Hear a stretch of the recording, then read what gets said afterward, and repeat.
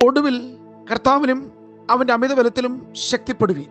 ഇന്നത്തെ ചിന്ത എഫെസ്യ ലേഖനം 6:10 എല്ലാറ്റിൻ്റെയും ഒടുവിൽ. അപ്പോസ്തലനായ പൗലോസ് റോമാലേഖനം 6 അവസാനിപ്പിക്കുമ്പോൾ ഒരു വിശ്വാസി പോർക്കളത്തിൽ അല്ലെങ്കിൽ സഭ യുദ്ധം ചെയ്യുന്ന സഭയുടെ ഒരു ചിത്രം, ഇവിടെ സർവായുധവർഗം ധരിച്ചിരിക്കുന്ന ഒരു വ്യക്തിയാണ് നമുക്ക് കാണാൻ കഴിയുന്നത്. പ്രിയമുള്ളവരെ, ഈ ഭാഗങ്ങൾ നാം പഠിക്കുമ്പോൾ, ഒന്ന്, ക്രിസ്തുവിലുള്ള നിങ്ങളുടെ സ്ഥാനീയത; 2, എന്തെല്ലാം ആയുധവർഗങ്ങൾ നിങ്ങളുടെ കയ്യിൽ ഉണ്ട്; 3, പൈശാചിക അധികാരങ്ങളോട് പോരാടുവാനുള്ള ശക്തി നിങ്ങളുടെ മേൽ പകരുന്നു. എഫെസ്യ ലേഖനം 6 മൊത്തവും വെളിപ്പെട്ട് വരുന്ന വ്യാപരിക്കുന്ന അത്യന്ത ശക്തിയെക്കുറിച്ചാണ് പറയുന്നത്. അളവില്ലാത്ത അപ്രമേയമായ അതിമഹത്തായ ദൈവശക്തി അത് നിങ്ങളിലും വ്യാപരിക്കുന്നു. ഇവിടെ കർത്താവിലും അവന്റെ അമിതബലത്തിലെ ശക്തിപ്പെടുത്തുള്ള ആഹ്വാനം. എന്തുകൊണ്ട് എഫെസ്യ ലേഖനം ഇങ്ങനെ അപ്പോസ്തലൻ പറഞ്ഞ് അവസാനിപ്പിക്കുന്നു?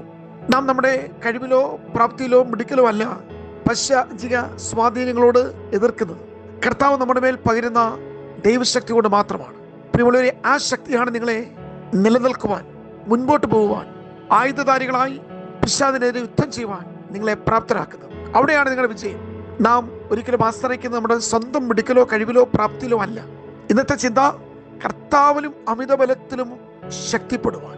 ഇത് ഒരിക്കലും ഭൗതിക ശക്തിയല്ല, രാഷ്ട്രീയ അധികാരമല്ല, മണി പവർ അല്ല, മസിൽ പവർ അല്ല, മിലിറ്ററി പവർ അല്ല. അങ്ങനെയുള്ള ലോകം നമുക്ക് അനുവദിക്കുന്ന മറ്റ് അധികാര കേന്ദ്രങ്ങളല്ല. കർത്താവിൽ നിന്ന് ശക്തി ഏറ്റുവാങ്ങി പൈശാചിക സ്വാധീനങ്ങളോട്, അധികാരങ്ങളോട്, വാഴ്ചകളോട് എതിർക്കുവാൻ നിങ്ങളെ പ്രാപ്തരാക്കുന്ന ദൈവശക്തി. പ്രിയമുള്ളവരെ, ഈ ശക്തി മതി നിങ്ങൾക്ക് നിങ്ങളുടെ ആത്മമണ്ഡലങ്ങളിൽ ജയിച്ചു മുന്നേറുവാൻ. ആത്മമണ്ഡലങ്ങൾ മാത്രമല്ല, ഭൗതിക മണ്ഡലങ്ങൾ നിങ്ങൾ ജയിക്കും. നിങ്ങളുടെ ജീവിത സാഹചര്യങ്ങളെ നിങ്ങൾ ജയിക്കും. നിങ്ങൾ നേരിടുന്ന വെല്ലുവിളികളെ ജയിക്കുവാൻ, നിങ്ങൾ നേരിടുന്ന പ്രതിസന്ധികളെ ജയിക്കുവാൻ, പിശാച് ഉയർത്തുന്ന എല്ലാ ആരവാരങ്ങളെയും കീഴടക്കുവാൻ, നിങ്ങൾക്ക് മീതെ ഉയർന്നു പോകുന്ന എല്ലാ തിരമാലകളുടെ മീതെ നിങ്ങൾക്ക് നിൽക്കുവാൻ നിങ്ങളെ കരുത്തുള്ളവരാക്കി തീർക്കുന്ന ഭീഷണികളുടെ മുമ്പിൽ ഭയപ്പെട്ട് കീഴടങ്ങാതെ ജയിച്ചു മുന്നേറുവാൻ ഒരു വിശ്വാസിക്ക് ഇന്നും കഴിയും. കർത്താവിനുള്ള ആത്മശക്തിയാണ് അവനെ ധൈര്യമുള്ള ഒരു വ്യക്തിത്വമാക്കി മാറ്റുന്നത്. താൻ ക്രിസ്തുവിൽ ആരാണെന്നുള്ള, തന്റെ മേൽ പകർന്നിരിക്കുന്ന ദൈവശക്തി എന്താണെന്നുള്ള, താൻ ധരിച്ചിരിക്കുന്ന സർവായുധവർഗം എന്തൊക്കെയാണെന്നുള്ള ചിന്ത ഒരു ഭക്തനെ സംബന്ധിച്ച് അവനെ ജയാളിയാക്കി നിർത്തും. ഈ ഒരു വെളിപ്പാടാണ് പ്രിയമുള്ളവരെ ആത്മമണ്ഡലത്തിൽ നിങ്ങളെ മുൻപോട്ട് നയിക്കുന്നത്. അതുകൊണ്ടാണ് ദൈവത്തിന് വായന പറഞ്ഞത്, വെളിപ്പാടില്ലായാൽ എൻ്റെ ജനം നശിച്ചു പോകുന്നത്.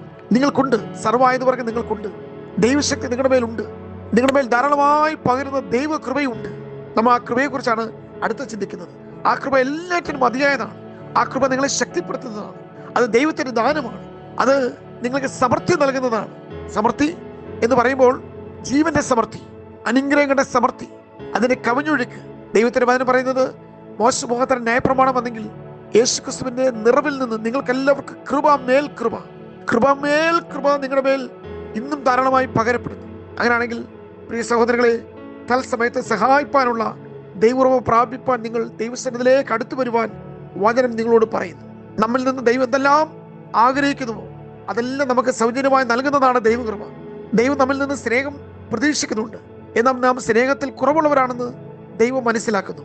അതിനാൽ പരിശുദ്ധാത്മാവിലൂടെ നമ്മൾക്ക് സ്നേഹം പകർന്നു തരുന്നു. ദൈവം നമ്മിൽ നിന്ന് ദീർഘക്ഷമ പ്രതീക്ഷിക്കുന്നു. നാം ക്ഷമിക്കുവാൻ വൈമുഖ്യമുള്ളവരാണെന്ന് ദൈവത്തിന് നന്നായി അറിയാം. എന്നാൽ ദൈവം നമുക്ക് ദീർഘക്ഷമ ധാരാളമായി നൽകുന്നു.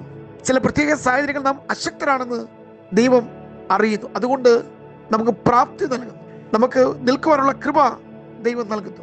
പല സാഹചര്യങ്ങൾ നമ്മെ ജനിക്കുന്നു, അടിമപ്പെടുത്തുന്നു, നിസ്സഹരാക്കുന്നു. എന്നാൽ അതിനെ അതിജീവിക്കാനുള്ള ദൈവ കൃപ ദൈവം നമുക്ക് നൽകുന്നു.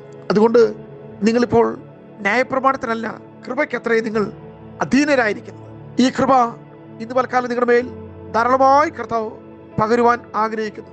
പാപത്തെ അതിജീവിക്കുവാൻ, പാപത്തിന്റെ ശക്തിയെ തോൽപ്പിക്കുവാൻ, പാപത്തിന്റെ സ്വാധീനങ്ങൾ നിങ്ങളാരും മുങ്ങി തണുപോകാതെ വിശുദ്ധനായി ജീവിക്കുവാൻ കൃപ നിങ്ങളെ സഹായിക്കുന്നു. മക്കദോന്യ സഭയുടെ കഠിനമായ കഷ്ടതയും മഹാദാരിദ്ര്യത്തെയും സന്തോഷ സമൃദ്ധിയുള്ളതാക്കി തീർക്കുവാൻ കർത്താവ് അവരുടെ മേൽ പകർന്ന ദൈവകൃപയ്ക്ക് കഴിഞ്ഞു.